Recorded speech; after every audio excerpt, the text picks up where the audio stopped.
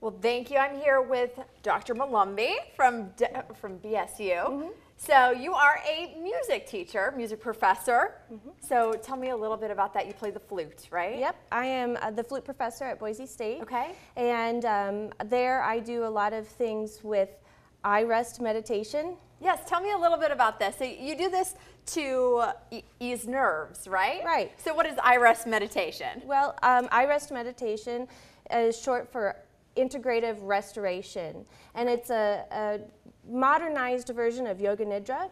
And so we're not in poses, but we are listening to a guided step-by-step meditation practice that helps us work through anxiety, nervousness, things that cause us problems when we're getting ready to go on stage. So it's more like mental yoga versus physical yoga. Absolutely. There are several types of yoga, and this is one of them that's only the mental. So I imagine that you get some students who've never done this before. Yes. Do they think this is really weird when they come into your class, or do they love it immediately? Yeah, that's a good question. Well, my incoming freshmen from Idaho often have never been exposed to anything like this. Right. And so the upperclassmen always kind of have to help guide my younger students in saying, look, you're going to love this.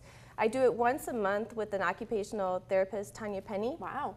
And she comes in and leads the eye rest for us. And so by December, when we're getting ready for finals, those new students are always asking me, Dr. Molumby, when is our next eye rest? Oh, so they start to love it. Yeah. All right. And so you also use a lot of the iPad. So how does the iPad help in teaching music? Because that's not something that you normally would connect. Absolutely. Well, for iRest, my occupational therapist, Tanya Penny, she uploads the MP3s and we're able to listen to them on our own. Okay. And then in the classroom, I use the iPad with my oral skills class. And oral skills is ear training. So often I play a melody and the student has to be able to dictate it straight away. Oh. It sounds hard. it is difficult, even for music students. And bridging the gap between what happens in the classroom and what happens outside of class. Often students couldn't get to pianos that were in tune or practice rooms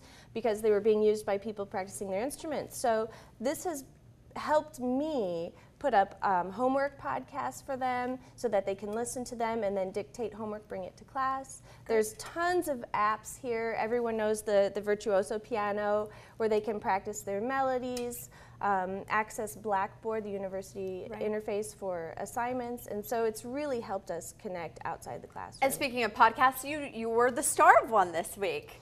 Well, yes, Boise State University Beyond the Blue has featured me as a podcast for the university, and it's titled Music, Machines, and Meditation. And it talks about not only how I'm using the iPads in the class, but how I'm using the meditation eye rest with my students, and then also my performing.